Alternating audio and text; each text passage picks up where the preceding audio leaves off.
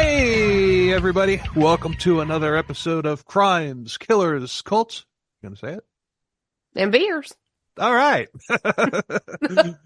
Sometimes guests say it, sometimes they don't. But anyway, in case you're wondering what's going on, I'm sure all of you know that Paul had a deployment for the National Guard. We tried to get 6 weeks ahead, but we were only able to manage 5. So, I didn't get the notes for this episode done in time for him to leave, to get done before he left. So he's just like, well, find a fill-in, do that one, and I'll be back in for the following week. So sitting in with me today is AB from Momma Murdered A Podcast.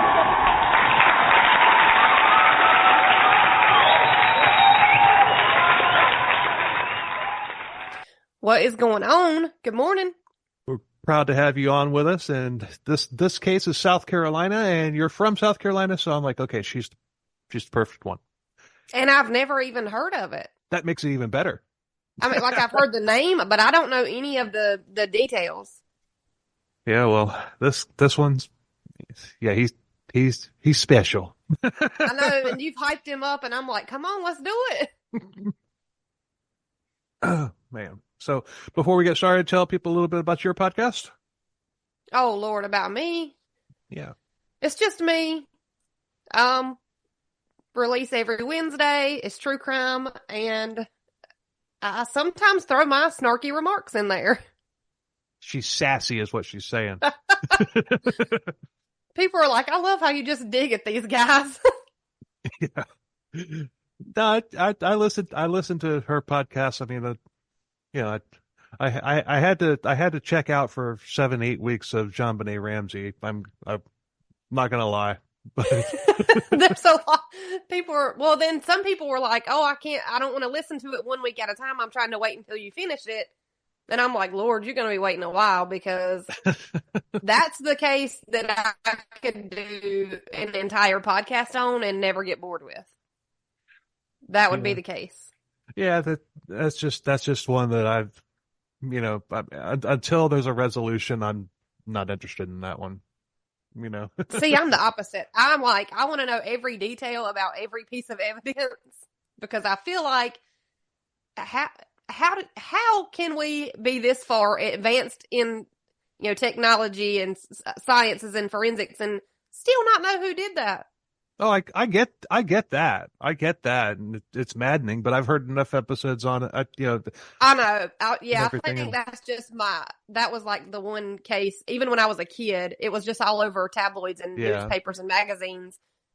So I think that's probably the case that started my entire spiral into what I am today.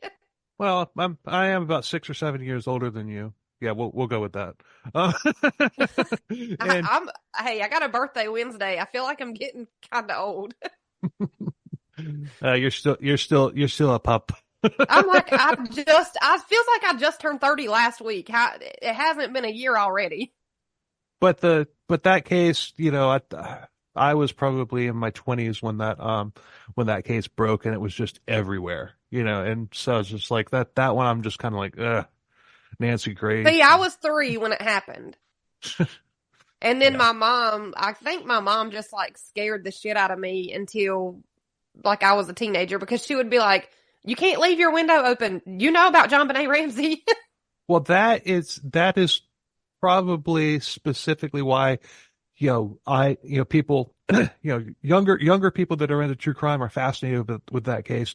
Older people that were adults when it happened are probably just like, yeah, and my take on that particular subject is probably pretty common around, among people my age. I would think so. I feel like I grew up on JonBenet Ramsey and Adam Walsh. All right, well, we're covering Larry Gene Bell, and if I call him Hall at some point in the episode, don't be surprised. It was Larry Hall.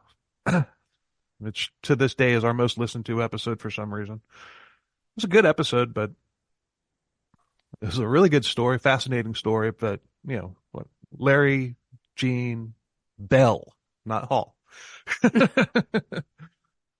So Larry Hall was your most listened to episode.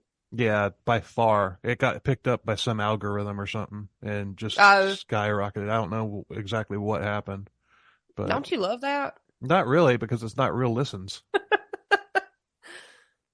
But it looks good. It looks good. Yeah. So anyway, but we're going back to South Carolina. This is our third case from South Carolina. The first, obviously, was old Pee Wee Gaskins. Oh God, he's a real work of art too. That was a fun episode. The second was a Patreon episode, The Murder of Lindsay Lee, which took place in Lexington, South Carolina, which ironically enough is where a lot of the story takes place, Lexington. But 25 years earlier, this story takes place in 1985. So I wasn't even alive yet. So, Larry Gene Bell was an evil chucklehead who kidnapped and murdered two girls. One was a teenager and the other was just a child. And he is strongly suspected in two more cases, for the same reason that Ivan Milat and BTK are suspected in unsolved cases. The evidence points directly at him, but there isn't enough tangible evidence to charge him. But it doesn't really matter anyway because Larry Bell was fried by old Sparky in 1996. 96. He was the last person ever fried in South Carolina. I'm sitting here thinking that seems a little late to be using old Sparky. We'll get there. Okay. Larry kidnapped the teenager, raped her, made her write a last will and testament, which he mailed to her family. Wow. He then began calling the family on the phone, specifically wanting to talk to the girl's older sister, who he had also fixated on. He wasn't able to get to the sister because the family was locked down tight, and so he did the same to a 9-year-old girl. And when he was convicted, he claimed to be Jesus Christ. Oh, Lord. Yeah. Thanks for listening. We'll see you next week. No, I'm kidding. I was like, wait. I have so many questions. But anyway, Lexington, South Carolina is a large suburb of the state capital of Columbia. But in 1985, it was a quiet little town. Everybody knew each other. Nobody locked their doors. And do you really believe it when they say that nobody ever locked their doors? I don't. I do because I grew up in that. No. Okay. It's just but I also live in one of those tiny, tiny, tiny towns where, quote unquote, nothing like this ever happens. Well, that was Lexington. Bill, to this day, my keys are in my car 24/7. To this day in 2024. I'll cut that out. That is where I live. Yeah. You might wake up and find your car gone one morning if I. Hey, I'm trying to get me a new Bronco anyways. Okay. Well, in that case, her address is no. But still, moido was something that didn't happen in Lexington, and even in Columbia, it wasn't very frequent at the time. Sources for this book are A Call from Hell, The True Crime Story of Larry Gene Bell, A Small Town Monster, and The Crime That Shook a Nation by Giovanna Ortiz. And you did a lot of reading. Hell do these? Yeah, just on the title of the book. Yeah. What is it with these true crime books? With their Wait, that was one book? That was one book. That was the name of one book. Oh my God! I thought you just listed off the title. No, that was one book.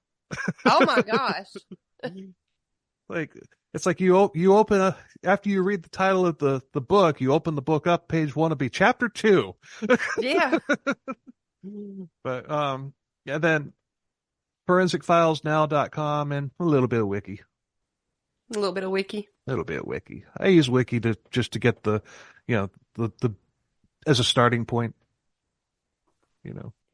But I feel like I would like to go into wiki and just really mess with some stuff. Just to see how long it would stay up. Somebody on the New York Jets Wikipedia page, somebody deleted everything and just wrote the New York Jets suck. This was about 10 or 15 years ago. Oh gosh. But I didn't know about this puke until recently. And I had ordered the Ivan Milat book, and something happened with that order, and I didn't get it, and I had to cancel it. So I ordered the Milat book again, and Amazon said that they would refund me, like, into my bank account, and they didn't. So I broke out my Karen wig, and I called Amazon, and I raised hell. Mm-hmm. 5 to 7 business days to refund me. So I'm just like, just credit it to my account. So I went looking for another book to buy and stumbled across this one. So this case, you were supposed to cover this case. Apparently. Yeah. Yeah. That was the universe saying, Bill, cover this. Yeah, there's a small handful of podcasts that have covered them. And I might buy more from this author because it's really good. I like her style and everything, but she has a lot of the same cases that Ryan Green has books on that I already own. Like, and I have like 8 Ryan Green books right now in my bookcase that I haven't even opened yet. So, Larry Gene Bell was born October 30th, 1949 in Ralph, Alabama. He had 3 sisters and a brother. And the family moved frequently, and Larry graduated from Eau Claire High School in Columbia, South Carolina in 1967. Trained as an electrician, began working as one for a couple of years. He got married, had a son, but joined the Marines in 1970. He didn't last long in the Marines because he was discharged not even a year into his service because he shot himself in the knee while cleaning his gun. So he cheddar bobbed himself. Yeah, a real winner, this guy. Once he recovered from this horrific war injury, you know, there's no word on if that's how he played it off, but I'd bet $1 that he did. Like, yeah, I was shot in Vietnam. Yeah, I bet more than that. Yeah. But he worked as a prison guard for 1 month in the state prison in Columbia, and I bet he had some crazy story about something happening there too, but likely he just got scared of all the inmates. I mean, who accidentally shoots themselves while cleaning a gun? People who kill people. Or yeah. Or people who want an easy way out of the military? Or that. I didn't even think of that. Step one of cleaning the gun is unload it. Oh yeah, even I know that. Yeah, he's like, I don't think I like it here very much. Yeah. This guy was a coward. After that, he and his wife and kid moved to Rock Hill, South Carolina, which, if it weren't for the North Carolina-South Carolina state lines, Rock Hill would be a suburb of Charlotte. Mm-hmm. Lived in Rock Hill for several years. I grew up right beside of Charlotte. Yeah, I've been to a lot of places in this. There's one particular location that is outlined in the book. I've been at that exact intersection. We'll get to that. May 31st, 1985. It was the end of spring, and it was already 100 degrees out because it gets hotter in the Carolinas than it does in Florida, believe it or not. I believe it. I live here. It's like Satan lives here. Yeah, but yeah, and I've said this on a few episodes, but in South Carolina, you know, or in Florida, it might get over 100 degrees maybe 3 to 5 times a year. It's the humidity. Well, and the humidity is about the same. But in South Carolina, it might dip below 100 degrees 3 or 4 times a year during the summer. And yeah. And also, but summer doesn't last as long in South Carolina as it does in Florida. I don't know. I feel like we have summer except for 1 month of the year. June to October. It's supposed to be like 75 degrees today. It's February. Yeah, it's going to get into the 80s here, but it's between, you know, June to October, it's like 90s, like upper 90s in Florida. Mm-hmm. But so Shari Smith had just come home from a pool party at a friend's house, and she was excited because she was about to graduate high school. Her senior trip was just 2 days away. And after that, there was going to be a class trip to the Bahamas. So she was pumped. Yeah. She had also been selected to sing the national anthem at her commencement ceremony. And, the Smiths were a religious family. They had family prayer every single morning all together. And Shari, her parents, Bob, who was a pastor, and Hilda, her mother, her older sister, Dawn, would all gather and pray to start the day. And I bring that up because it's relevant later, or like I'd like to say, put a knife in that. Yeah. Instead of a pen. Put a pin in that. I used to say put a pin in that, but I'm just like, you know what? This is a true crime podcast. Put a knife in that. Put a knife in that. So, Shari's friends at the pool party were the last people to see her alive, yet technically Larry Bell was the last to see her, but he wasn't human. So how old was she again? She was 17. About to graduate. Okay. Yeah, he was something that a subhuman would scrape off of his foot. Okay. Perfect. Love that analogy. Oh, and he really is. God damn, this guy. I mean, he's not like David Parker Ray, toy box killer, depraved, or he's not like sadistic like that, but he's still a sick fuck. That's what we specialize in. Yeah, this guy's in like a category of his own. Yeah, and oh gosh, it's not clear exactly how long Bell was stalking Shari and Dawn. Well, just Shari, because Dawn. Well, we'll get there. But I was getting ahead of myself in the notes. But he was definitely following Shari that day, and she drove her Chevette home. She stopped at the end of their long driveway to check the mail.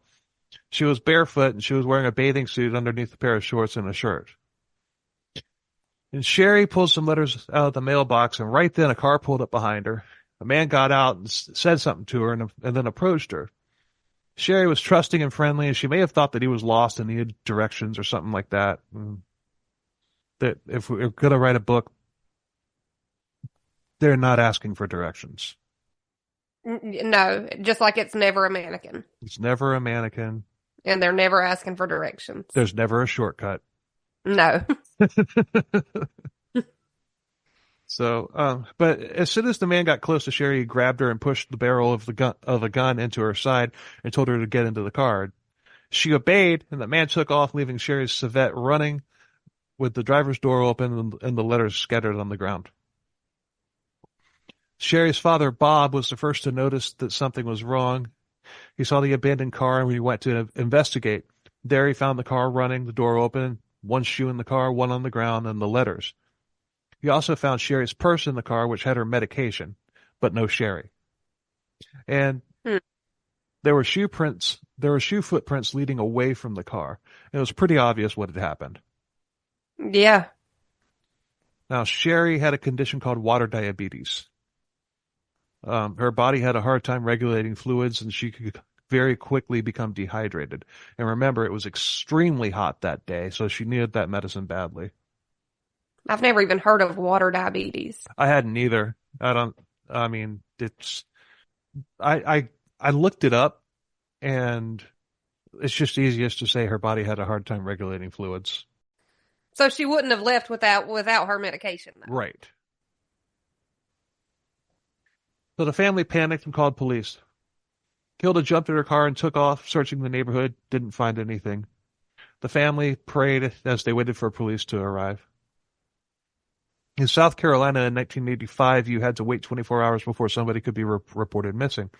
But because Shari was diabetic without her medication, combined with the obvious signs of a kidnapping, the police responded very quickly. And they responded with one of the largest searches in Lexington's history. Okay, good, because that was going to really piss me off. Yeah, I just knew you were going to be like, they had to wait and pray for 24 hours. Yeah, but it wouldn't have made any difference. Larry Bell was... You said you were going to do it. Yeah. You called it. This guy was cunning and very, very meticulous in covering his tracks. So aerial searches were sent out. The governor's office's emergency preparedness division set up a trailer on the Smith's property to use as a base of operation. With telephones, radios, and cameras, they were manned and running 24 hours a day. I mean, they set up an outpost at their house. So they did their job. Yeah, they did. Kudos to them. Yeah. They wanted it there in case Shari came back or if the abductor had decided to stalk the family. Another reason they pounced on this case is because the authorities knew the Smiths. I mean, they were very involved in the community. They were a close-knit family. It was very unlikely that Shari would have run away. And police captain Bob Ford, he said in an interview, she's not a runaway. We're not accepting any theories that she ran away from home. And good on you, because exactly. Another rule, they didn't run away from home. 90% of the time, they did not run away from home. No. Something is wrong. Can we act accordingly? Yeah, that's too many of these cases. Oh, you ran away. Yeah. Run away. And then by the time they realize, like, maybe they didn't run away, it's far too late for something to be done. Well, like Ivan Milat. I mean, by the time they finally realized that, hey, these people weren't running away, there was 30 missing people. Yeah. We covered Ivan Milat previous to this episode. The Australian serial killer that the Wolf Creek movie franchise was based on. Australian. But calls. What? Your Australian accent. Foster's beer. Australian for beer. But calls immediately came in. People saying that they had seen suspicious vehicles. One neighbor said that he had seen Shari at the mailbox as he drove by. He had seen a reddish purple or maroon colored car coming up the street in the opposite direction that he was coming from. He described it, and he thought it to be like a 82 to 84 Oldsmobile Cutlass. So people did notice. There's a car that's not supposed to be here. They even took notice of what kind of car it was. All right. He also saw the car stop at the mailbox, but he didn't think anything of it. He drove back by. I guess he forgot something. But the Chevette was there, but the other car and Shari were not. And him calling in, if he had reported it right then when it happened, it wouldn't have made any difference. So either way, none of it would have mattered. Right, because Hilda's mom was out, speeding through the neighborhood like within minutes. So. No, well, yeah. So him reporting that wouldn't have made a damn bit of difference. There was no luck on day one, but the search continued the next day. Helicopters, bloodhounds, over 100 people searching the woods in a dragnet formation, not even caring about the heat. Like I said, everybody loved the Smiths. They had tapped the phone at the Smiths' house, and they literally thought of everything.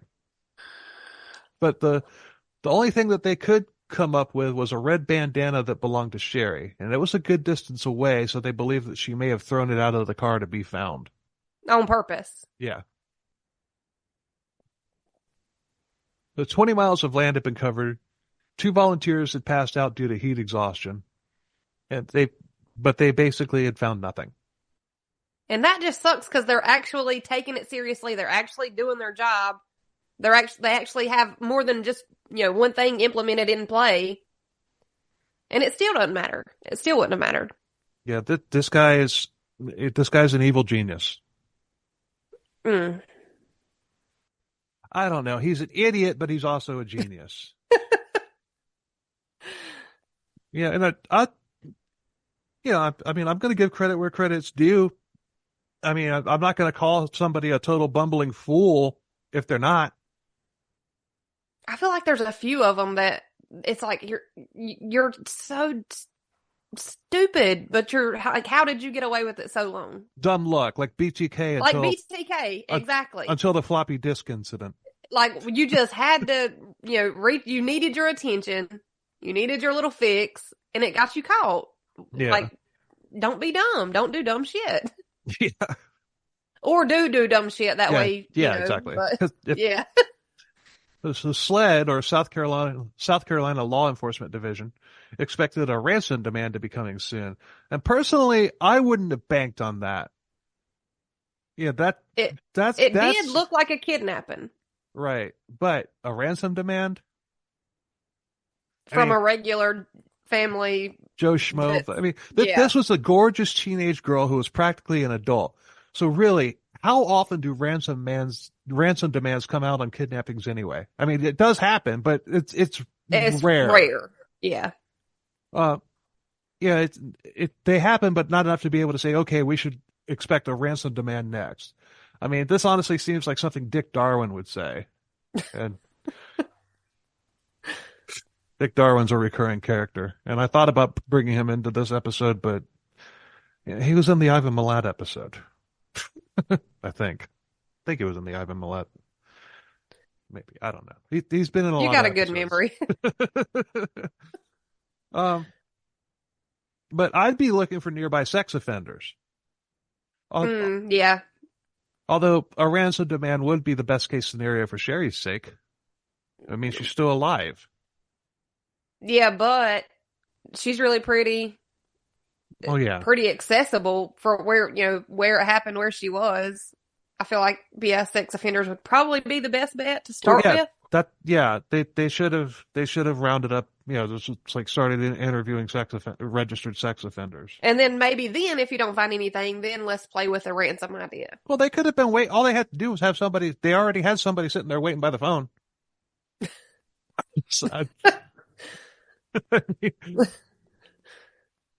Get somebody on something else. Yeah, like the sex offenders. Yeah. But he wasn't a registered sex offender though, so it wouldn't have made any wouldn't difference. have helped either. Nope. But no ransom demand came. I just knew you were going to say, like, if they would have checked sex offender registries, they would have found him. You're like, nah, he wasn't on there. No, it he wouldn't have wasn't done any good, though. But still, that's a better place to check than, all right, next, Dick Darwin here. They need to wait for a ransom demand because every single kidnapping case has a ransom demand. Everybody knows that. I'm going to get an email from Dick Darwin. Gonna get sued. Angry that I botched impersonated him. Sorry, Dick. Yeah, it's not Dick Darwin unless we have his theme music behind. Yeah. Add that in. 70s porn.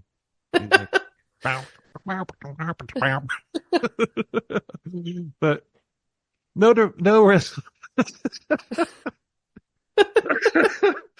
Somebody's gonna get mad we're having fun on this.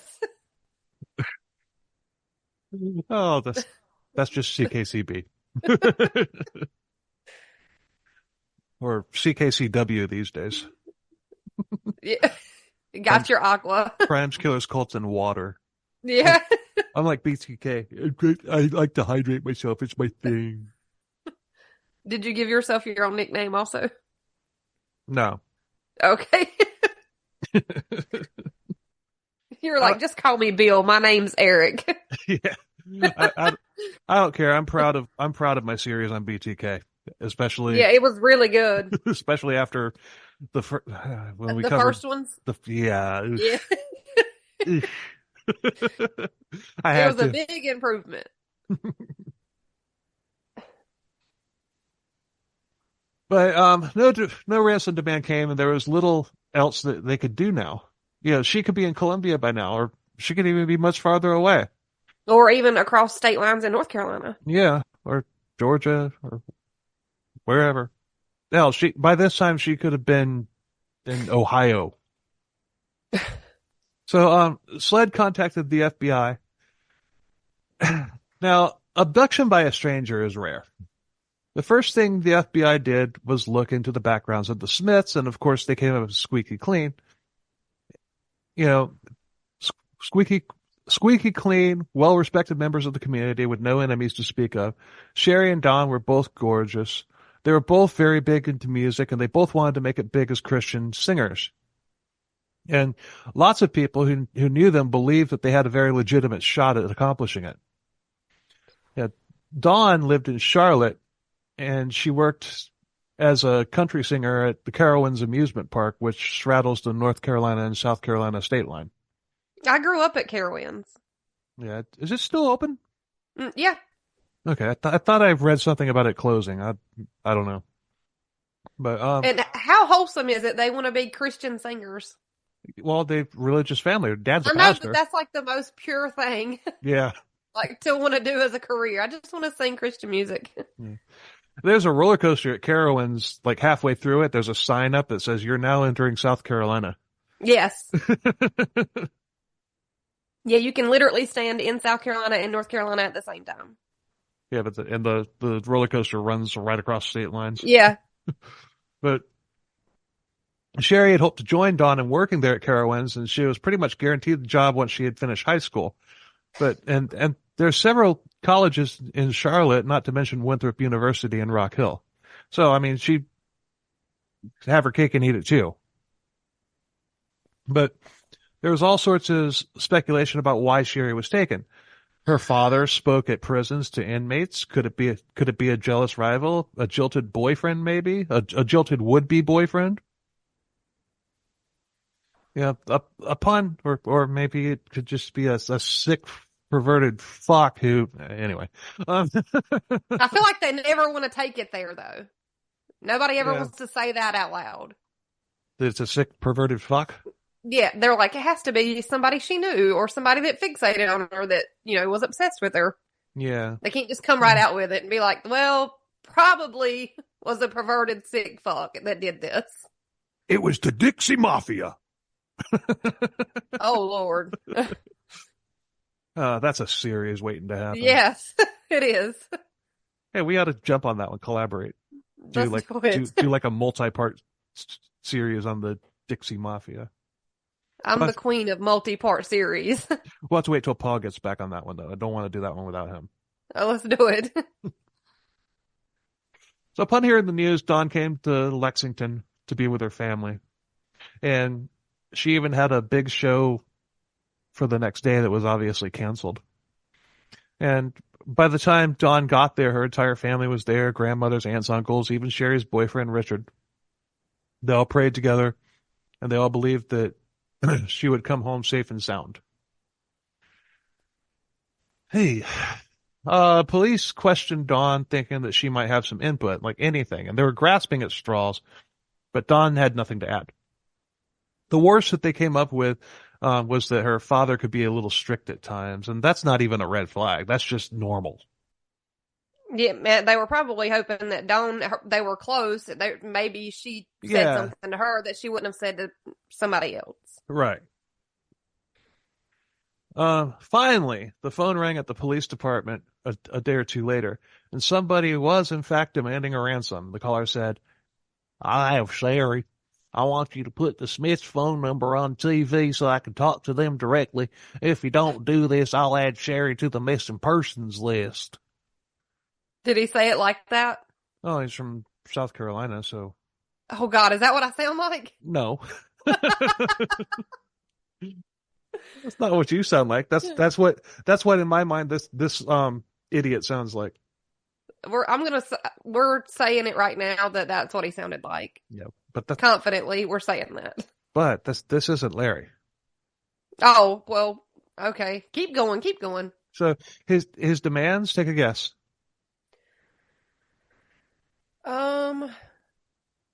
It's not money. It was money. Was it? Yeah. I feel like that was $2,000. Wow, he was trying to get rich. Like, but the police weren't taking the bait. They traced the call to a phone booth and waited near it to see if he would show again. He didn't. But this was all a hoax by a 27-year-old chucklehead, Edward Robinson, who had been released from prison several months prior. He had done time for grand larceny and assault, and he wanted to go back to prison. okay. Maybe he had a daddy there that he was missing. He found him on Prison Tinder, actually. No, he had this hot daddy in prison that he was missing, that good prison loving. You know, he's like walking around like trying to hold his pocket. God damn it.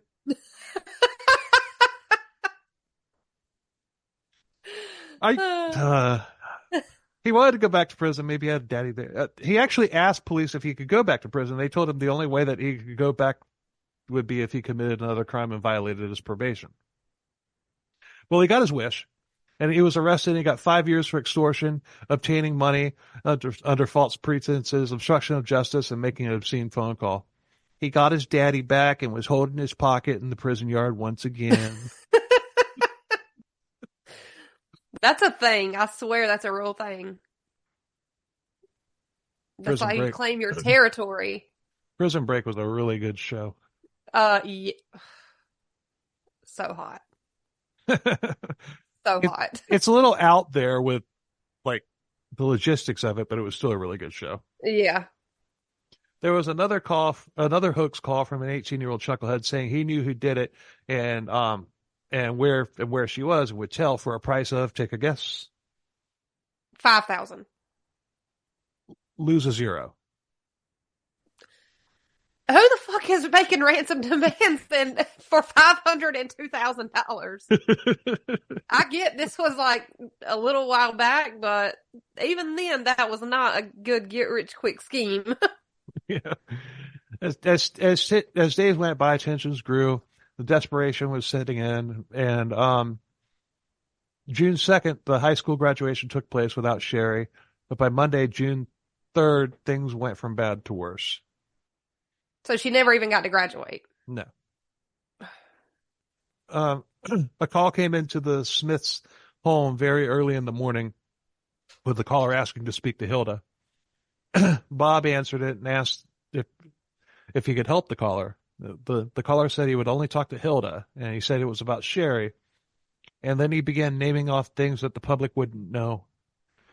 The guy was pretending to be a cop, and Hilda thought that he was until the call turned sinister. He said for the Smiths to expect a letter from Shari in the mail that afternoon, and he also told the Smiths to call the sheriff and get him to call off the search, and then the chucklehead hung up. What is wrong with these people? No, this was him. This was Larry. What is wrong with these people? Why are there so many calls to this girl's parents? They're like being traumatized more than they even are. Well, this was the first call that had actually come into the household. The other two calls had been made to the police station. I feel like the parents still had to have known about it. Oh yeah, but like they're going to call off the search. He's like, do what I say, bitch. Yeah, but Hilda told Dawn and Bob about the call, and then they told the police, and they traced it to a grocery store payphone 10 miles from the Smiths' home. And by the time the police got there, the caller was long gone. And a search of the area turned up nothing, and the phone had been wiped clean of fingerprints. A payphone is something where you put a quarter into it and dial. Are you being funny? Not, I am, but not to you. Oh, I was like, come on. Younger listeners, like those teenagers that there was that viral video of them trying to figure out how to use a rotary phone. Oh yeah. If you ask a teenager how they would answer the phone, they don't use their thumb and their pinky. They like hold the phone. Yeah. They hold a cell phone, an imaginary cell phone. The police determined that this guy was smart and this likely wasn't his first time. Yeah, think. But this was very, very early in the morning, and the police went to the post office, and 3 men went through every single letter that was going out that day until they found one going to the Smiths' house. And holy paper cut Batman, that must have been hell. That's a lot of mail, I feel like. Yeah. Lucky you weren't in Colombia. Yeah. Precautions were taken to make sure it wasn't a letter bomb. And Bob came to the post office, and the letter was carefully removed from the envelope. And Bob confirmed that it was Shari's handwriting and that she had in fact written the letter. And on top of the page, it said Shari had written "God is love," and next to it she wrote "Shaw Richard" with a heart around it, and this was a reference to her boyfriend. And um, I'm gonna read the letter. I normally would have Paul read it, but he's not here, and I didn't send you the files. No, I you did forgot not. about that. But these are her words, but they're, keep in mind they're under duress. There may be some errors, and we're not gonna put any emphasis on the errors, by Shari. She's the victim here. This is rough. So, June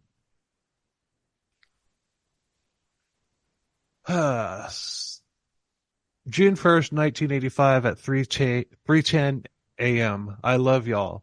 Last will and testament. I love you, Mommy and Daddy, Robert, Don, and Richard, and everybody else and all other friends and relatives. I'll be with my father now, so please don't worry. Just remember my witty personality and the great special times we all shared together. Please don't let this ever ruin your lives, and just keep living one day at a time for Jesus. Some good will come of this. My thoughts will always um, be with you and in you. And then in parentheses, it says casket closed. I loved you all so damn much. Sorry, Dad, I had to cuss once. Jesus, forgive me. Richard, sweetie, I really did and always will love you. You and treasure our special moments. I ask one thing though, accept Jesus as your personal savior. My family has been the greatest influence in my life. Sorry about the cruise money. Somebody please go in my place. Sorry if I ever disappointed you in any way. I only wanted to make you proud of me because I have always been proud of my family. Mom, Dad, Robert, and Don, there's so much I want to say that I should have said before now. I love you. I know y'all love me and will miss me very much, but if you all stick together like we always did, y'all can do it.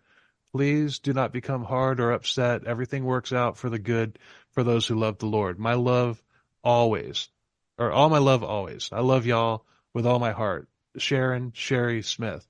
P.S. Nana, I love you so much. I always felt like your favorite. You were mine. I love you a lot. And then Shari ended the last will and testament with a drawing of a smiley face. So even during all that, she's still worrying about everybody else. Yeah, and she likely Somebody had. go in my place on the cruise. Mm-hmm. Please make sure you get right with God. Like, sorry, Dad, I had to curse once. Like, even all that, she's still worrying about everybody else, trying to make sure they're okay. Yeah, she probably had a gun to her head as she wrote this. Probably so. Yeah, that was rough. That was sad. But the date on this letter proved that Shari hadn't been killed immediately. It was a minimum of 36 hours after she had been taken. And she had not had her medication, and this sick fuck told her that he was going to kill her, and force her to write out a fucking will. I mean, what an asshole. She's 17. Mm-hmm. What couldn't she possibly have to put in a will besides being able to just say goodbye to everybody? Yeah, I know. But I mean, put yourself in that mindset. You're 17, you've got this creepy sick fuck with a gun at you. Just basically, he said, "I'm going to kill you. You might as well write a note." And he's probably already raped her at this point. In fact, well, spoiler, he has. But just put yourself in that mindset of being forced to write your own last will and testament.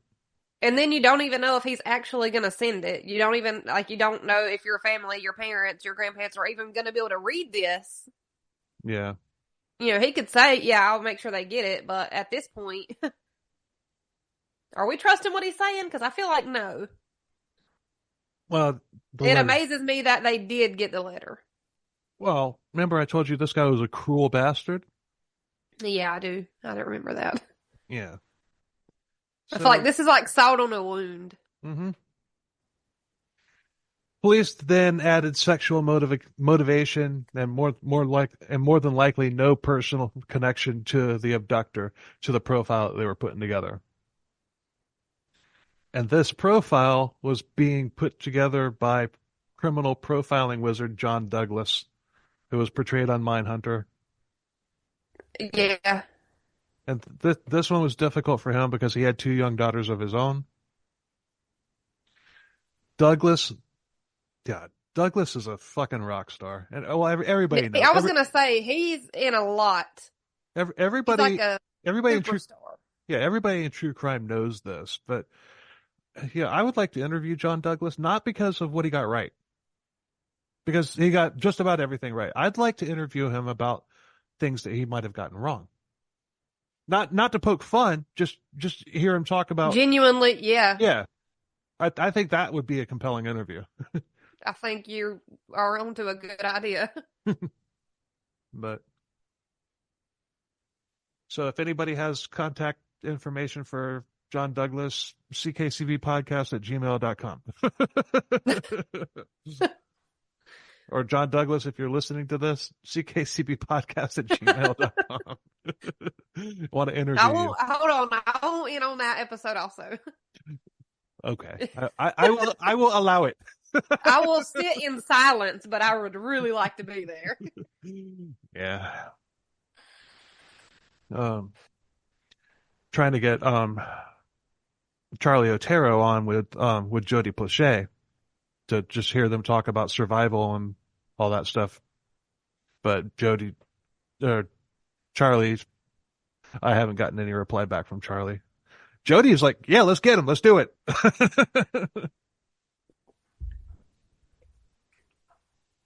But anyway, Douglas believed that Shari's abductor had prior criminal experience because of his the level of sophistication that was shown in the kidnapping. He had gotten her without being seen in broad daylight or without being able to be positively identified. He was able to cover his tracks. He disguised his voice on the phone. No fingerprints, no evidence or anything like that at all. He liked to be in control. And they also deduced that he likely had experience as an electrician because of how he had disguised his voice. He had one of those scattering things. Oh, I was like, what the fuck does that have to do with being an electrician? Yeah. I got you. So when he did, it sounded like this when he sounded like Batman. Yeah, I was like, what does that have to do with, how did they come up with electrician? And then you said the voice changer, and I was like, okay. Yeah, so they figured he was a white male, late 20s, early 30s, divorced or estranged, possibly had kids who wanted nothing to do with him, insecure in life, which is why he sought control in crimes, not attractive, low self-esteem. So this would be the only way that he could get a gorgeous girl would be by force. Right. But put a knife in that. Okay. Got you. So obviously this was a very bad day for the family, but later that day, the phone rang. Dawn answered it, and it was a disguised voice asking for Mrs. Smith. Dawn said, no, it's Dawn. He asked for Hilda again, and Dawn asked if she could ask who was calling. The voice said no. Hilda got on the phone, and the voice asked if they had gotten the mail that day, and if she believed him now. Hilda said that she wasn't sure because she hadn't heard, she wasn't sure if she believed him because she hadn't heard any word from Shari, and she needed to know that if she was alive and well. Mm-hmm.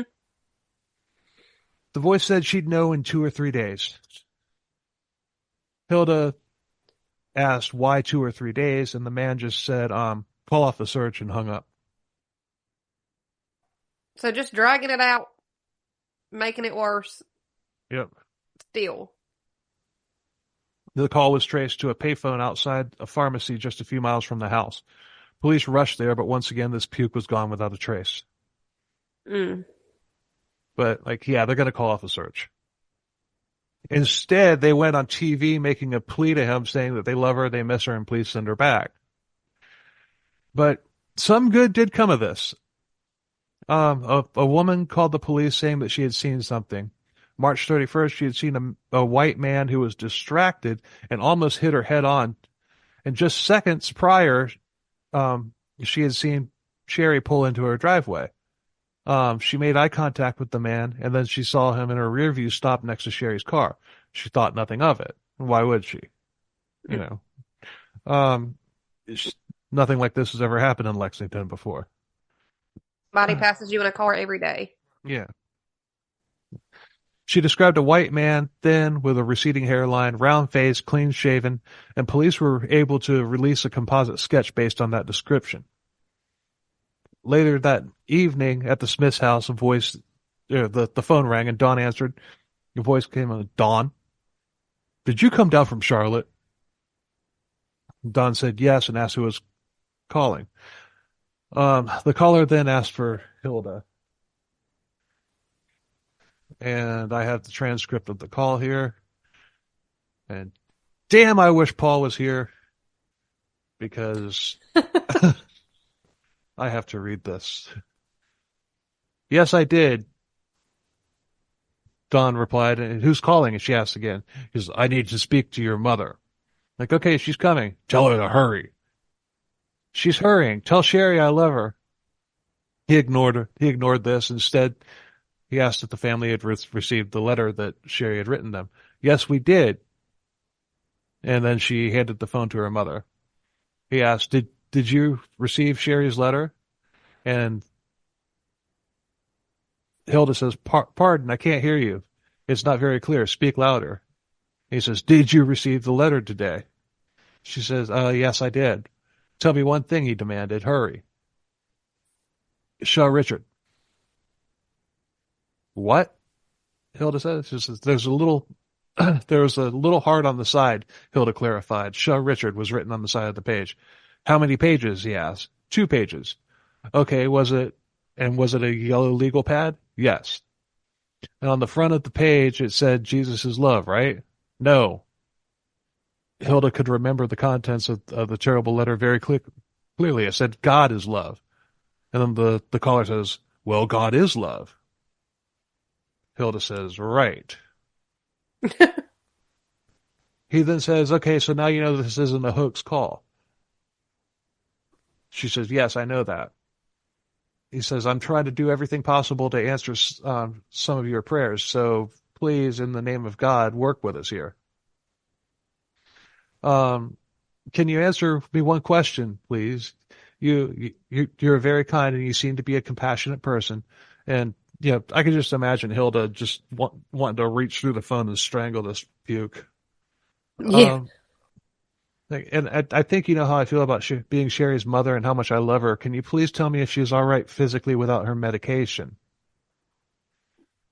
And this is ridiculous. He says, Shari is drinking a little over 2 gallons of water per hour and is going to the bathroom right afterwards. She's not drinking 2 gallons of water an hour.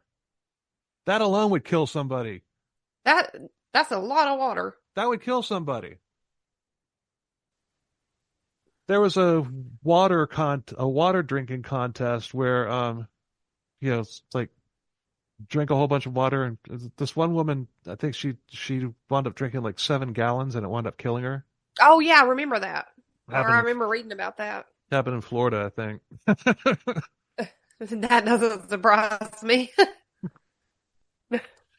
But then he says, okay, this has gone too far. Please forgive me. Have an ambulance ready at any time at your house. And at Shari's request, she requested only immediate family come and share Mets and the ambulance attendants. She don't want to make a circus out of this. Fuck off, dude. And Hilda's just being like a badass mom at this point, because I don't know if I could do that. Hilda and Dawn, because Dawn winds up being the recipient of the phone calls later. Mm.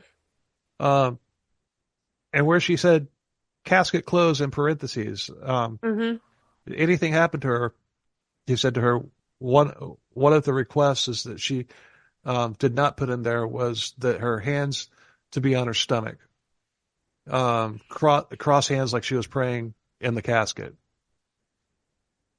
And Hilda's like, "What now?" And the caller says, "Cross her hands." At that point, I would have been like, "Okay, she's dead. She's definitely dead." Yeah. I feel Yeah. like he's saying it without saying it. Um, she Hilda misunderstood what he said though. She's like, "Well, why would anything happen to you? We don't want to harm you. I promise. We just want Shari, all and well." And okay, now the suspect said, the Sheriff Metz realized that this is not a hoax call. So he's like, I want everybody to know that I'm for real. I'm the prick that took your daughter. Yes, he knows that this isn't a hoax. Well, tell him to just forget about all those suspects. And the only thing that, when I talked to you Monday morning, 2:30 in the morning, the first time, yes, I did not realize. I thought you were a police officer. Okay, then listen real carefully. I gotta go. Hurry. I know these calls are being traced, correct? If I were her, I would have said, duh. Is he still using the voice changer? Yes. So that's probably why stuff's getting like misconstrued and why she's a little bit confused. Yeah. I feel like it would probably be harder to understand.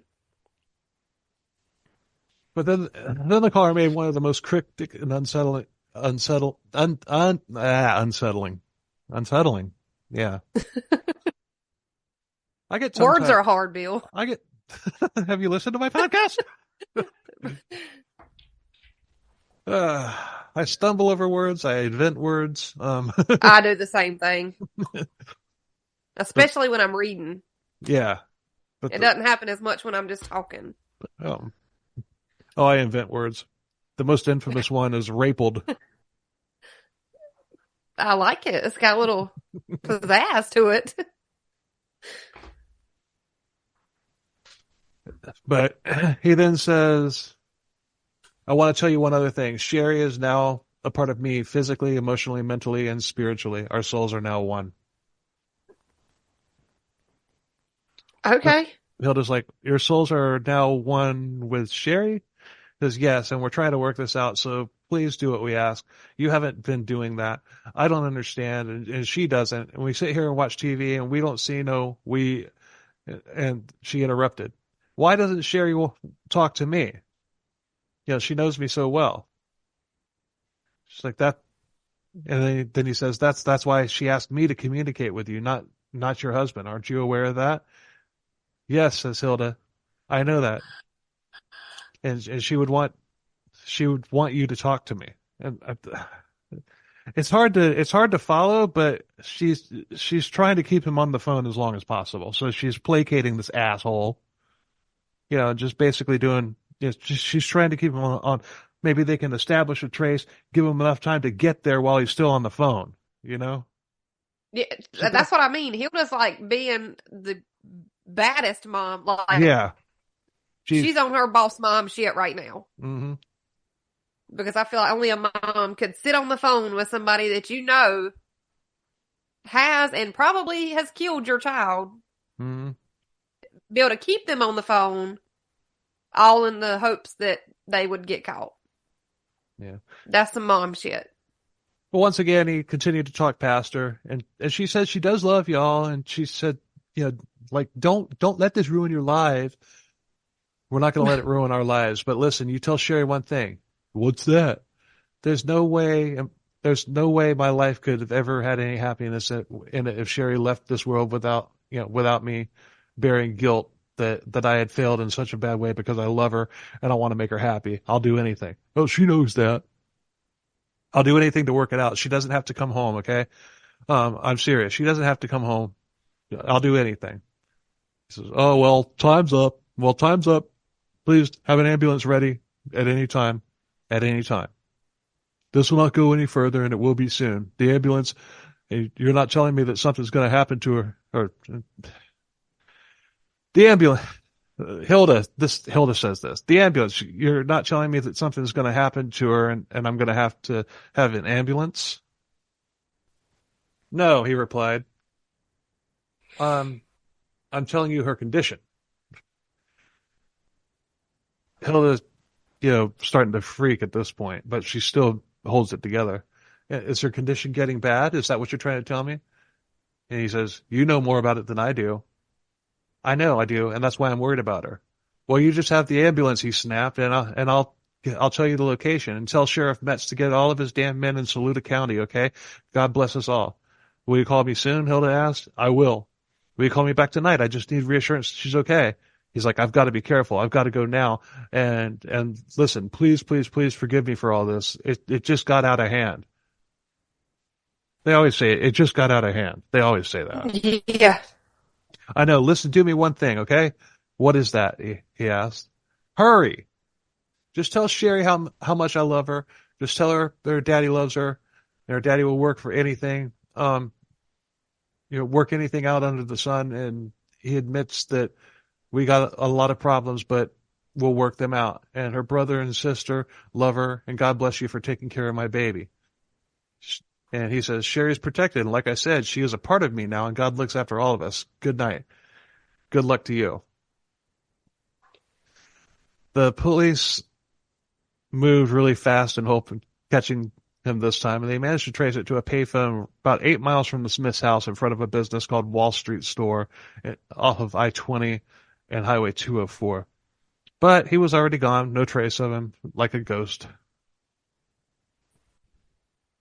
I feel like he was toying with her on purpose. Yeah.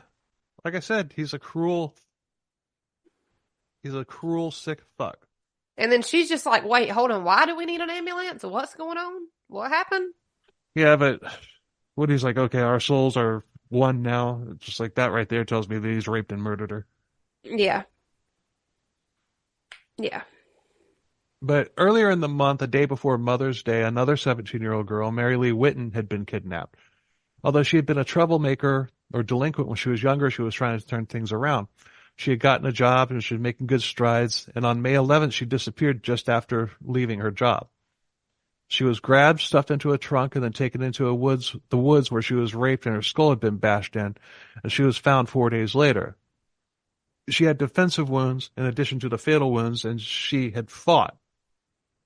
Initially, a coworker, James Fawcett, confessed but retracted and blamed it on a guy named Shane Parker, who was a witness to the abduction.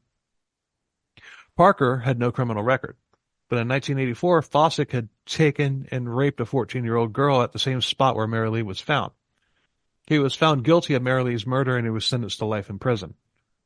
But Sherry's abduction meant that just 2 weeks later, meant that there were two sick fucks running around at the same time. Was it actually somebody else? Yeah. It was this Fawcett guy. Oh, wait, who? Somebody confessed and then retracted it. That was the Fawcett. No, this guy has nothing to do with the Smiths. This is just a murder that happened 2 weeks prior to Sherry being taken. So this poor little town's being rocked. Yeah. But the Smiths and police and the community refused to give up. The search was expanded and sightings have been reported in nearby Saluda County. And it was getting much harder to keep the faith because of Sherry's medical condition. The Smiths went on TV again, this time directing the message to Sherry, saying they loved her, but they also told Sherry the message they would never give up on finding her. And this was from the John Douglas playbook, and he had used that trick in the Atlanta child murders in pursuit of Wayne Williams. Basically, a veiled saying, look, we're not going to stop looking. Mm-hmm. You know, that night the phone rang again and Don answered. And the call said to get Hilda on the phone, and he wanted to talk to both of them at the same time. He told them to get a pencil and paper ready. And I got to read again. You have the pen and paper? Yes. She's not on the phone yet. Well, I'll tell you this. Okay. You're aware of that was in Sherry's old handwriting, right? Yes, I am. Okay. All right. Now he's talking with Dawn right now, waiting for Hilda to join the call. This is in Sherry's own words. Okay. So listen carefully. Say nothing unless you're asked. Okay. She's pissed. You can tell. Um, okay, and it's not necessary. I know these calls are taped. He paused. Mm-hmm. Dawn. She's like, yep, sure Yep. are. Yep. Dumbass. And traced, but that's irrelevant now. There's no money demanded. So here's Shari Faye's last request. On the fifth day, to put the family at rest, Shari Faye being freed. Remember, we are just one soul now. When located, you'll locate both of us together. We are one. God has chosen us. Respect past and present requests, actual events and times. Jot this down. Hurry. Sounds to me like well, I'm not going to jump ahead. All right, I'm doing it. John replied. 3:28 in the afternoon, Friday, May 31st. Of Shari. He's like, wait a minute, too fast. 3:28 in the afternoon. Shari Faye was kidnapped by your mailbox with a gun. She had the fear of God in her, and she was at the mailbox. That's why she didn't turn back to her car. She had the fear of what? The fear of God, he said. The fear of God. Okay, 4:58 a.m. No, I'm sorry. Hold on a minute. 3:10 a.m. Saturday, the 1st of June. She handwrote what you received. 4:58 a.m. Saturday, the 1st of June. Okay, so at this point, Larry's just toying with him. Yeah. Very BTK-esque. He's like, let me tell you everything I know so that you know that I'm legit. 4:58, they became one soul. So she likely was killed at 4:58. Right. Yeah. On the other line, Hilda could be heard asking, what does that mean? No questions now, he said. All right. Last, between 4 and 7 Wednesday, tomorrow, have an ambulance ready. And remember, no circus. 4 and prayer. What? Wait, 4 and 7 a.m.? 4 and 7 in the afternoon tomorrow, he clarified. In the afternoon tomorrow. Okay, have an ambulance ready. Remember her request, no circus. Yeah, she requested that. I'm sure she did. Yeah, I'm sure. Yeah. Don agreed. The suspect went on, prayers and relief coming soon. Please learn to enjoy life. Forgive. God protects the chosen. Shari Faye's important request. Rest tonight and tomorrow. Good shall come out of this. And please tell Sheriff Metz, search no more. Blessings are near. Tomorrow, Wednesday, 4 in the afternoon until 7 in the evening. Ambulance ready. No circus.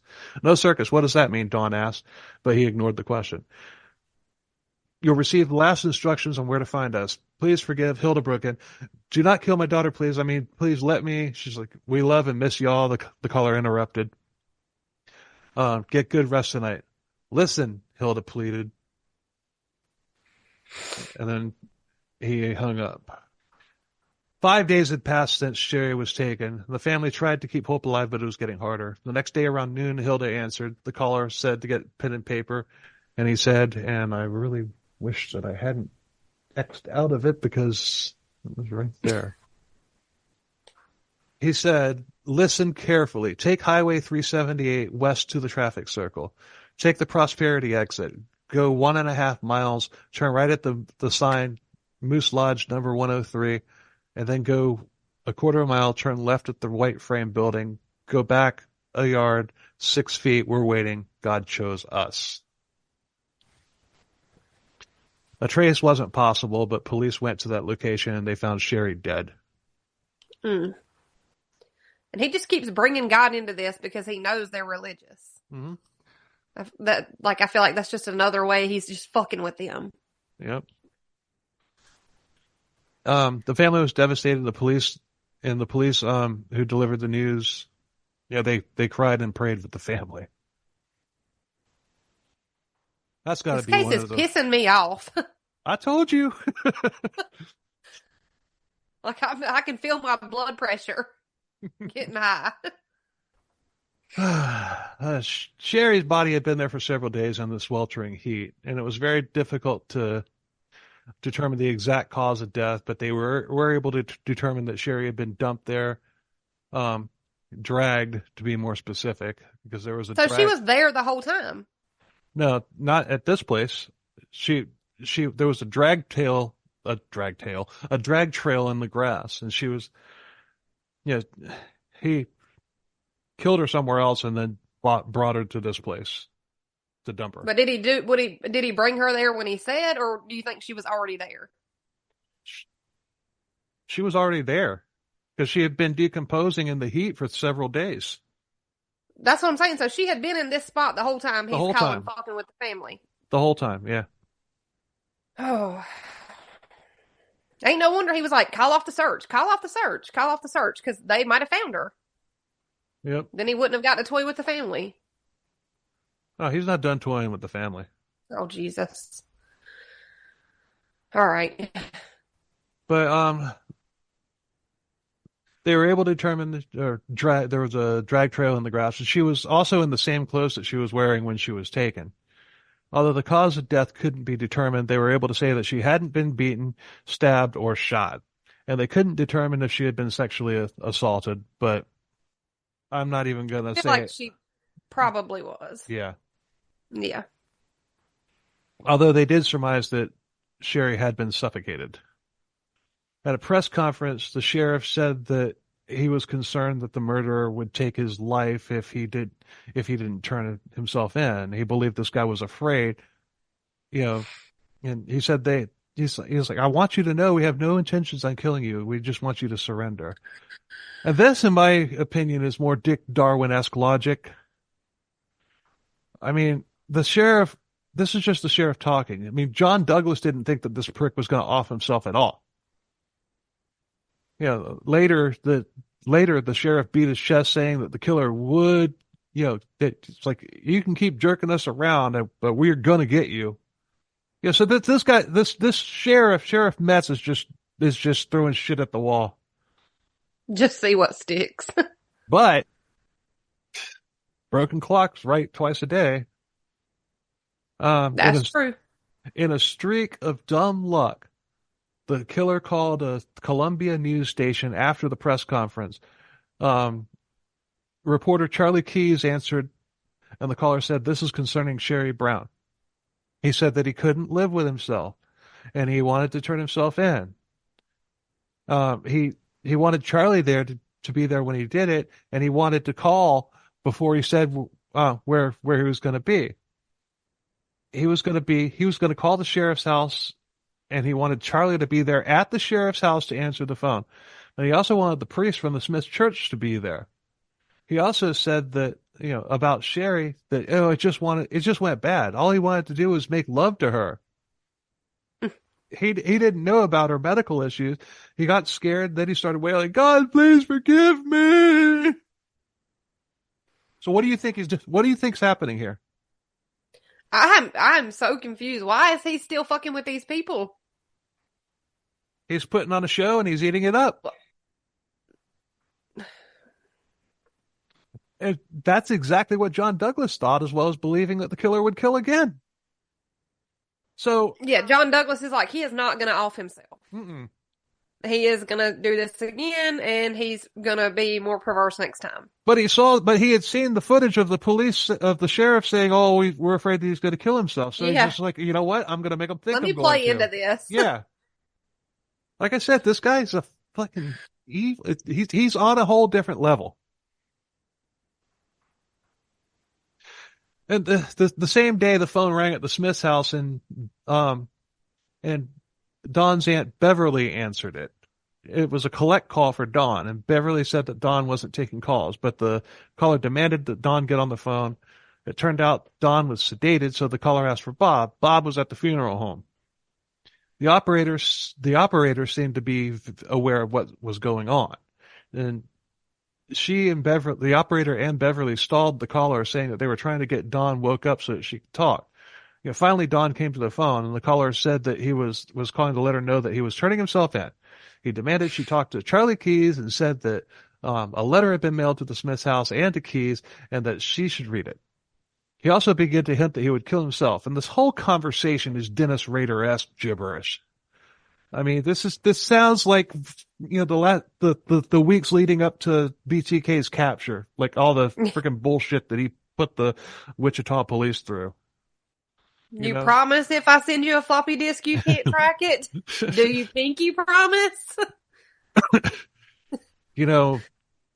What winds up getting him got is almost as satisfying as the floppy disk. Okay, good. Because this is aggravating me. So, he even asked for Dawn. Wiki.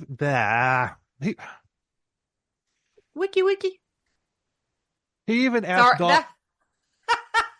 I had it right. You interrupted me. I'm so sorry.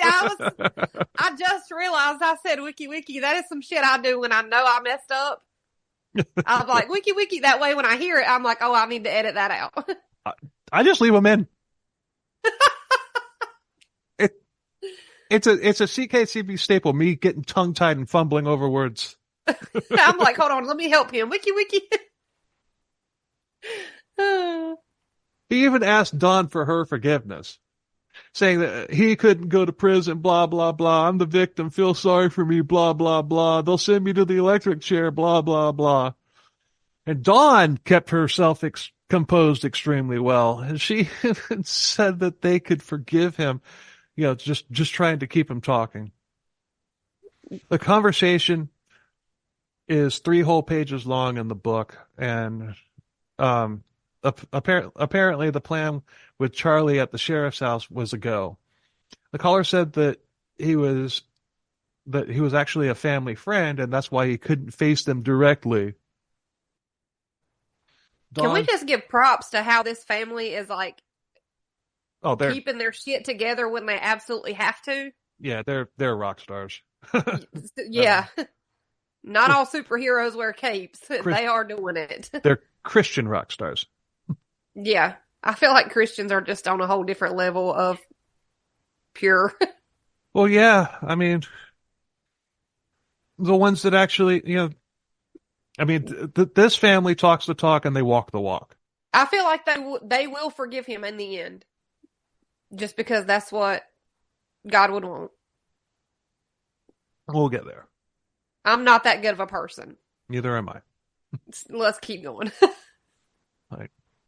I want to invent a time machine and go back and like Dexter style, the guy that's gonna pull the lever on Larry. Just knock him out, and take the mask and go in there myself and do it. Tape up everything, some plastic. No, I wouldn't harm. I'd just subdue him and then change into his clothes so that I could be the one to pull the lever. Yeah. No, he'd be fine. I wouldn't kill the guy. Yeah, I wouldn't kill anybody other than Larry. Yeah, let's Dexter Larry. Yeah, and I wish he had been Dextered rather than fried. It would have been more satisfying that way. Yep. Yeah. So, Dawn, after he said that, he said that he was a family friend and couldn't face him directly, Dawn said that she swore she heard him choke back laughter when he said that. Mm. He then said that he tied Shari to the bedpost and suffocated her. And he said he never would have taken her if he had known about the disease. Why? He was going to kill her anyway. And why does this poor family need to hear this? Yeah. He is sadistic as fuck. He is. I told you. Why do they need the gory details? We had Pee Wee Gaskins. We covered Pee Wee Gaskins, and then we covered the Wish.com Pee Wee Gaskins, which was Mary and Albert Pruitt, or Mad Dog. And this puke is the Wish.com version of BTK. That's what you should name this episode. I don't know what I've got a while to come up with the name for it though. Dawn asked if Shari had died at peace, and she said that Larry said that she was happy because she knew God was with her and that she was going to become an angel. Shut the fuck up! God, I hate this guy. I swear, we'll go through, it's like, I going through that 3-part on BTK was a breeze for me this time around, unlike the first time. But yeah, it's, Ivan Milat, there was some really disgusting shit in that one. Jared Fogle, that one kind of got to me because there was a lot of shit that I didn't know about in that story. Wait, is that the Subway guy? That's the Subway guy. That's our current Bro. episode that's out right now.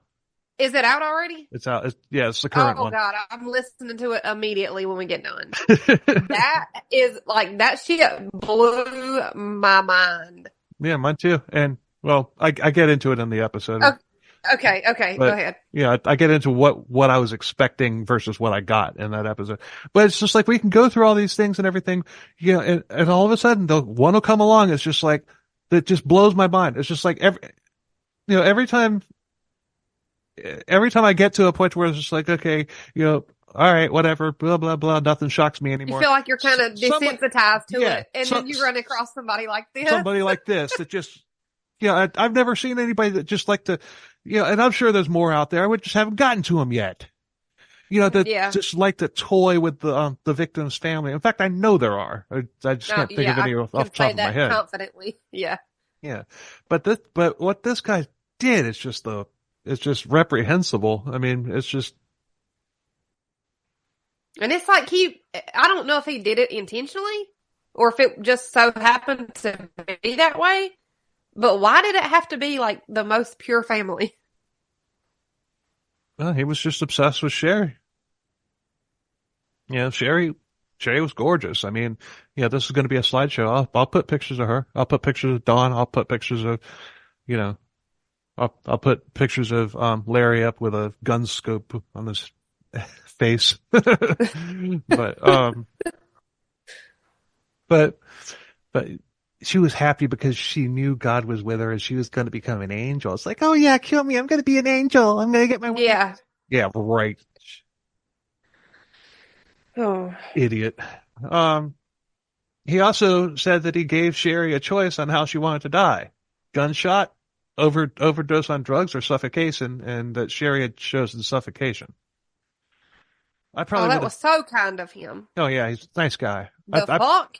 Yeah, it's just like BTK saying that he was a nice guy because he made his victims comfortable before he killed them. Oh yeah. I would have chosen the gunshot. Just put a gun to my head. Pull the trigger. One quick. I'm not even gonna feel it. Just get it over with. But I don't. Do you really believe that he let her choose? Okay, I was like, I don't believe that. I don't either. But I think he chose suffocation because that would have been the most hands-on. Yeah. And the one that would have been drug out over a longer period of time. Well, he did say that they were one, and suffocating and strangling are basically the same type of level of personal, of it being personal, strangulation and suffocation. I mean, I feel like a gunshot's like one finger move and that's done. Yeah.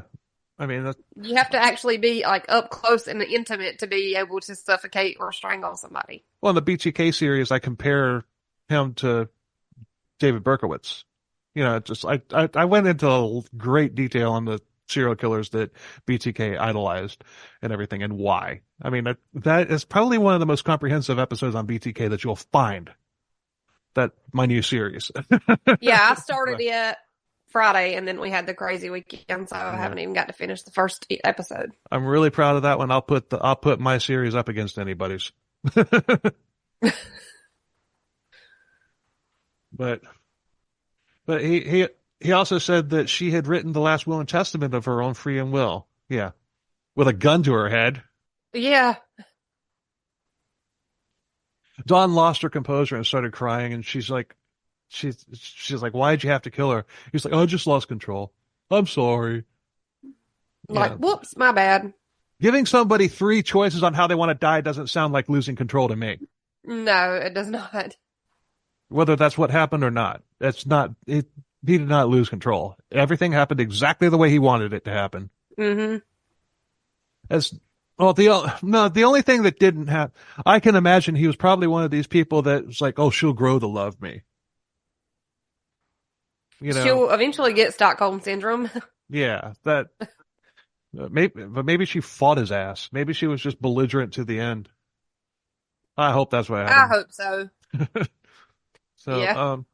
as Dawn and the killer were wrapping up, Hilda grabbed the phone and she started going off on him, um, but it quickly turned into a condensed version of what he had told Dawn.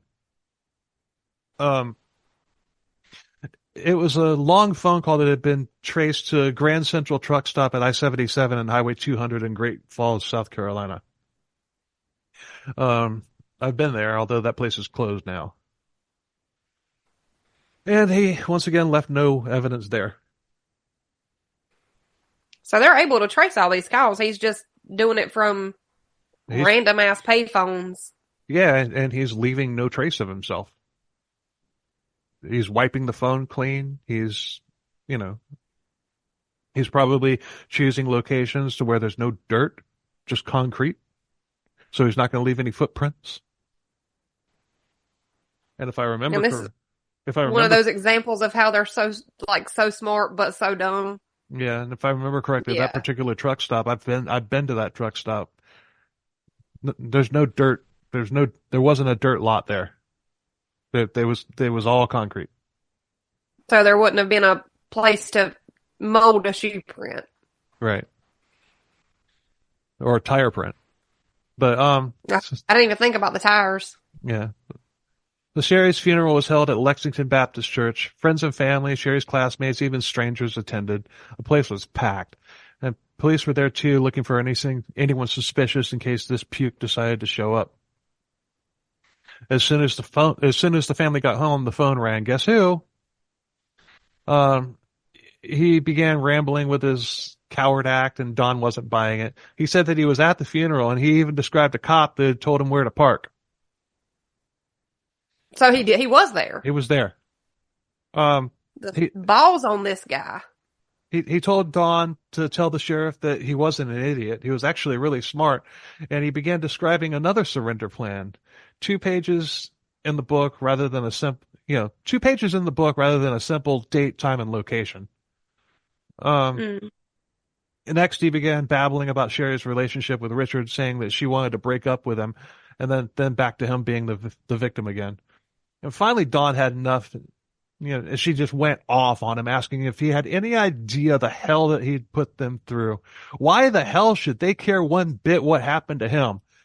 And he just hung up on her. It seemed like Dawn had scared him off. Dawn was like, hey, pity party for one, it's over. Yeah. This call was traced to Augusta, Georgia. Once again, no evidence.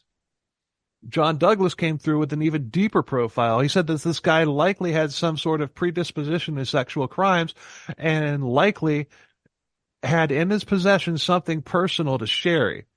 Sherry's class ring was missing. Yeah, he kept trophies. And he also figured that he was an unskilled laborer with electricity in his voice based on his ability to disguise his voice electronically. He also said that this guy was definitely not going to kill himself. And in fact, he was itching to kill somebody else again and soon. And I feel like John Douglas is 9 times out of 10, he's dead on. He's always right. He was so spot on with this one. June 14th, exactly to the day, 2 weeks after Sherry was taken, 9-year-old Deborah May Helmick was playing in her with her sister Becky and younger brother Woody in the front yard of their trailer. And their mother, also a Deborah, and their father Sherwood had only moved in 2 months prior. Deborah was getting ready for work. She didn't have a sitter, so she was going to take the kids with her and have Sherwood pick them up from there. But Sherwood got home early that day. Deborah's coworker Vicky picked her up and they drove off. An unfamiliar silver car drove through the trailer park and it stopped in front of the Helmick's yard and a man got out. A neighbor, 19-year-old Ricky Morgan, heard screams and he came running to see what was up. He got there just in time to see a man cramming little Deborah into the car and peeling out. And you said she was 9? She was 9. Ricky burst into the Helmick's trailer, telling Sherwood that somebody had just taken his daughter. The little boy, Woody, was found under a bush crying. saying that the bad man was going to come back for him. Mm. Sherwood jumped in his car and took off trying to locate the silver car, but no luck. They called the police, who instantly had a prime suspect. The only problem was they didn't know who he was. So the police automatically were thinking Larry. Yeah, but they didn't know who he was. But they still don't know who he is. Right. Sherwood's mother picked up Deborah from her job and brought her home. And the police got a description from Ricky. They made a sketch that looked very similar to the one of Sherry's abductor.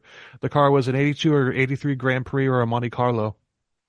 Police told the Helmicks about the possibility of phone calls, and a call came later that week, but it was to the Smiths again. Leave these people alone. Yeah. Dawn answered. The killer asked about Sherry's ring. She said it hadn't been found, and of course it hadn't. He probably had it in his hand, while it was on the phone. He probably jerked off with it. I wasn't going to say it. I was like, he's probably jacking off with it. He then said that God, this is where it gets deep. He then said that God wanted Dawn to join Sherry. He said it was just a matter of time, next week, next month, next year. He said he said that she couldn't be protected all of the time. So now he's got his sights set on Dawn. Absolutely not. He then asked... This family's been through enough. Yeah. He then asked if she knew about Deborah Helmick, and she did. And then he said, have you heard of Deborah May Helmick? Richland County? Dawn asked, yeah. Let's go one north, one west, turn left at the Peach Festival Road or Bill's Grill, go 3.5 miles through Gilbert, turn right, last dirt road before you come to a stop sign at Two Notch Road, go through Chain and no trespassing sign, go 50 yards and go left 10 yards. Deborah May is waiting. May God forgive us all. She tried to keep him on the line, but he hung up. And I can't believe that this young woman kept it together after this puke literally threatened her life. I wouldn't been able to remember all them turns. Well, she probably wrote it down. That child would have been screwed because I would have been so flabbergasted. She was already dead. But the call had been placed to Palmetto Plaza in Sumter, South Carolina. No evidence, but they went to where the directions said to go, and they found her badly decomposed. She was wearing 2 pairs of underwear and nothing else, and hers and a bikini style underwear that was adult sized. That makes my stomach hurt. The autopsy determined that she was most likely suffocated. And because there were no dental records, a forensic scientist had to examine the photographs and compared the teeth to zoomed-in photographs. It was good enough for a positive match, and a barrette that was found was also identified to be Deborah's. But this case and Sherry's looked to be going cold, but Dawn had a nagging suspicion that Sherry had left a clue in the will. Ah. It had been examined by police, but she was looking for something more subtle. She asked the police to go over it again. She didn't know what. She just had a feeling. But this time the police magnified it, zoomed in, super magnified it. And it showed imprints from another person's writing, like a page that had been on top of it. Ah. This note had been written on a notepad that had been used prior to her using it. And there was a phone number on it to Huntsville, Alabama.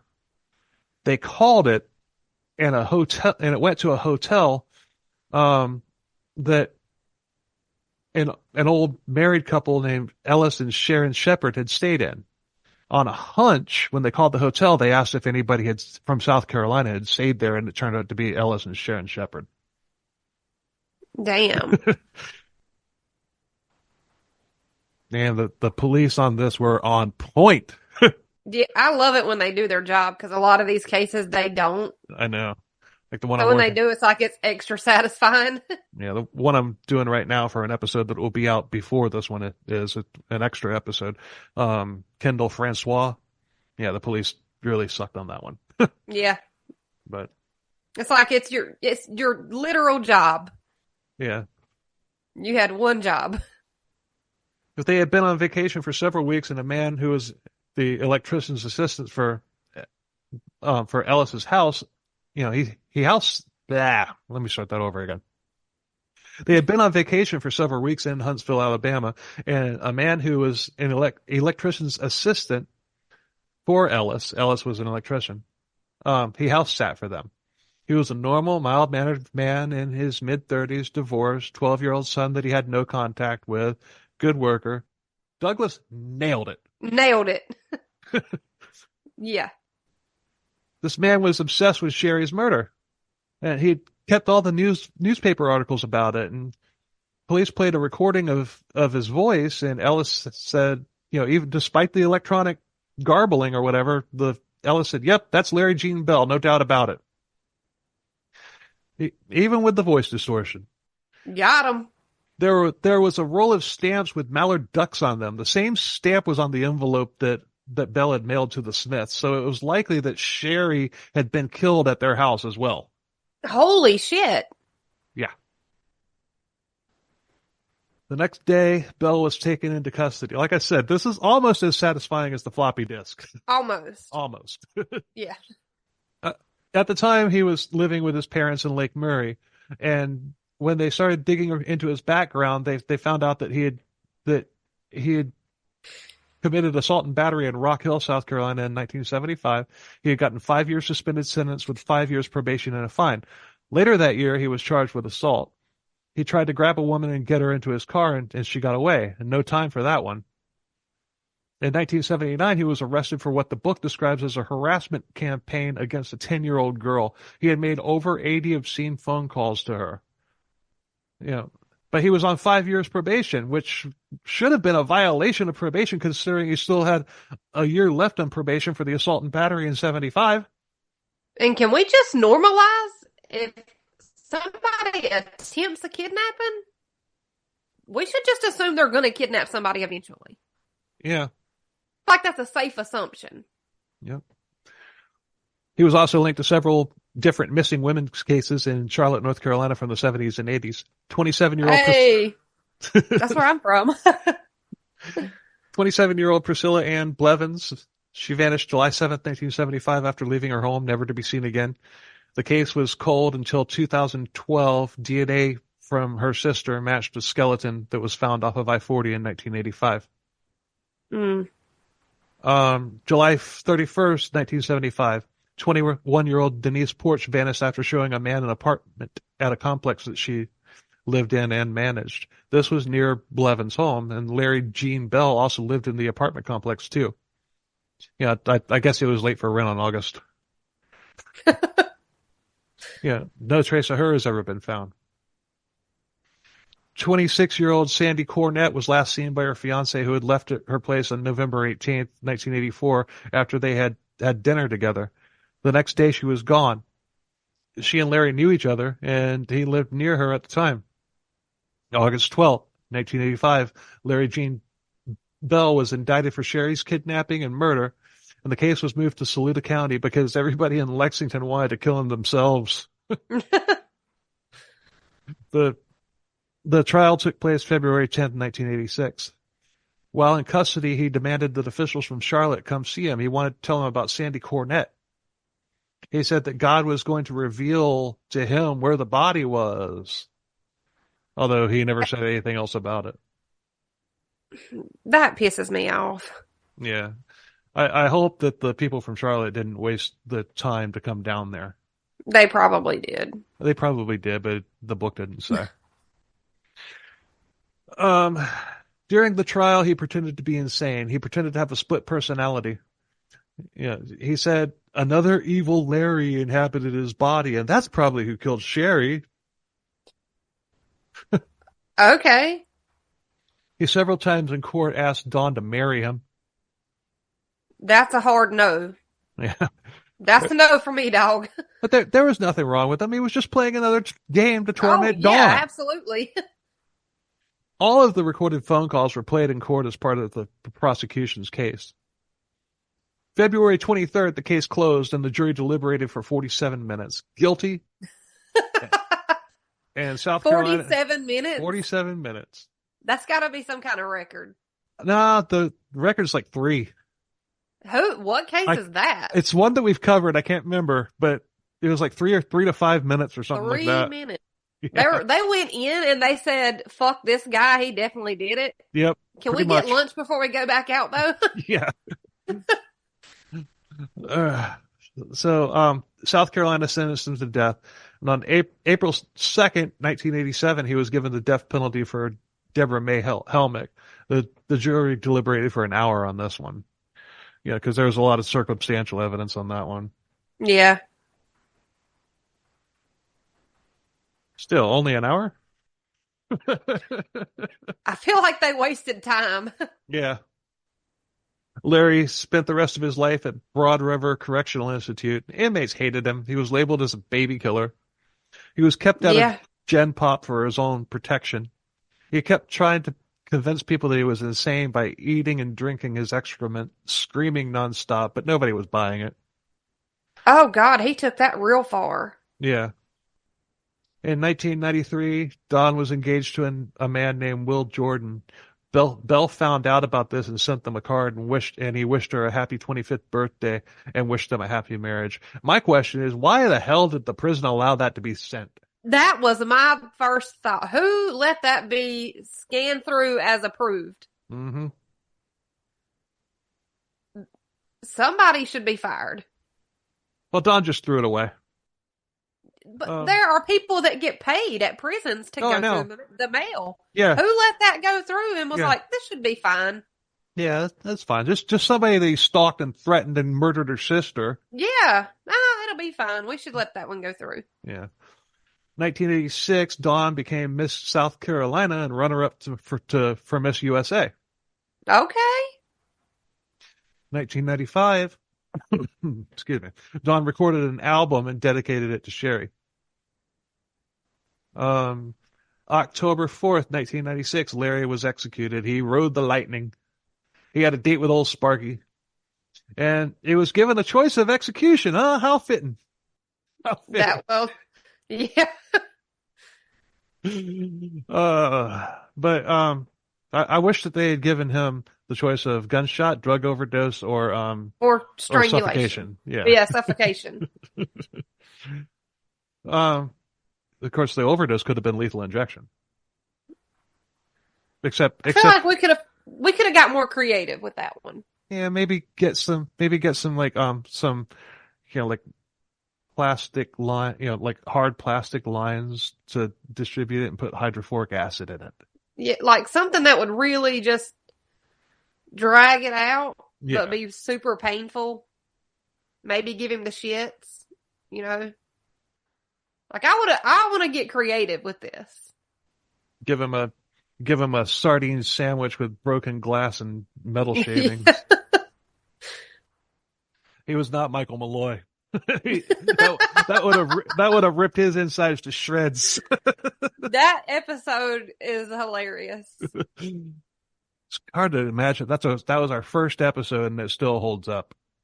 I mean, you can tell it's an early episode, but it blows all the episodes that comes after it away for like at least 15 episodes. Just unkillable. Yeah, but he chose the electric chair over lethal injection because he had come to the realization that he was Jesus Christ and that the wood in the chair was the same type of wood from the tree that the cross that Jesus was crucified on was made out of. He's committed to this part. Like the commitment is real. Yeah. Yeah, he's a douchebag. Yeah. But that's it. That's the story of Larry Gene Bell. And I cannot believe I've never heard of that. I only said Hall once. Yeah. And you even caught yourself midway through. Yep. But yeah, I cannot believe I've never heard that. Well, I mean, in more detail. I hadn't heard of it either when I lived there. I mean, I'd been to several locations that were mentioned in there, like that roundabout that they were talking about, the traffic Mm-hmm. circle, the Prosperity exit, and everything off of Highway 378. I've driven there. I even looked on Google Maps and followed the directions that he had given. I Mm-hmm. found the spot where she had actually was had been dumped on Google Maps, and I've driven right by that. Like literally, I used to work for Rent-A-Center and Aaron's back then. Mm-hmm. So, and because of how rural that whole area is, like one store would cover a very wide range, you know. So, so yeah, I've been all through those back roads, all the way from, probably from Rock Hill all the way down, whatever's south of like Newberry, south of Columbia, and all that stuff, and everywhere in between. I've been on every single one of those roads that was listed. I didn't, and it was just when I looked at, I found the crossroad, the roundabout that it was talking about, and I followed the directions on the map, and I'm just like, yeah, I've been there. It's like You're like, damn, I rode right by there. right by there, and yeah, and but that was weird. That's like, I mean, I wouldn't really call that a personal connection to the case because it's not, it had nothing to do with it, But it just hits a little too close to home. yeah, because I've been like everywhere that Mm-hmm. was mentioned, like just every single place that is mentioned in this story, I've been or been close to. I know where it is. But but I told you it was, I told you this guy was a sick fuck. I know my husband was leaving for work and I was like, I think I'm about to go on a roller coaster ride. He's like, have fun. Yeah, but yeah, that's the story, and but thank you for listening, everybody. Hope you enjoyed the episode. We appreciate the hell out of you listening, and follow us on our socials. They're all linked on the episode page that I published. um, Definitely give us a like, a subscribe, a review. We're on YouTube as well. All of the episodes from episode 85 on, you're going to have video for, although some of them, like this one, are slideshows. But yeah, and also check out, Momma Murdered a Podcast. That's a podcast that's like, I enjoy listening to. I usually, unless covering a case like John Benet Ramsey, I listen to every episode that she releases. Well, that's very sweet. She's sassy, and she gets an attitude with the killers that she, that I she know. covers. I feel like I get loud to myself. Like I'm in here by myself. I'm in my shed recording by myself. And sometimes I'm like, girl, why are you yelling? Calm down. Because you get pissed off. I look over, my little dog's eyes are like, geez, Mom, what's going on? Who we yelling at? Who got in trouble? But yeah, check us out. Follow if you like us, tell a friend. If you hate us, tell an enemy. And same thing with Momma Murdered a Podcast. And it was Yeah. it was great having you on. And until next week, later.